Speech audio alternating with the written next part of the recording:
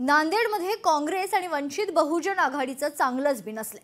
काँग्रेसनं फक्त 4 जागा देऊन पाठीत खंजीर खुपसला असल्याचा आरोप वंचितचे निवडणूक समन्वयक अविनाश भोसीकरांनी केलाय।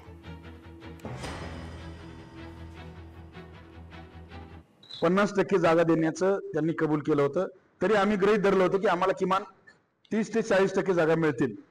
व 30% नाही, 20% नाही, 10% नाही, 5% सुद्धा नाही, अगदी आम्हाला 1% जागा दिल्यात। म्हणजे 250 पैकी आम्हाला 3 ते 4 जागा दिल्यात। तर एक प्रकारे काँग्रेसनं आमच्या पाठीत खंजीर खुपसलाय।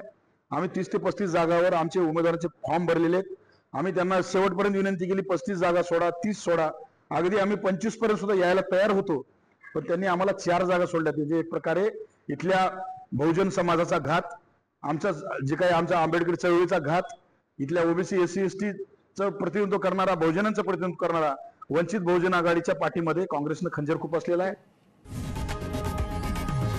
लोकशाही मराठी ऐका, पहा, जागरूक रहा।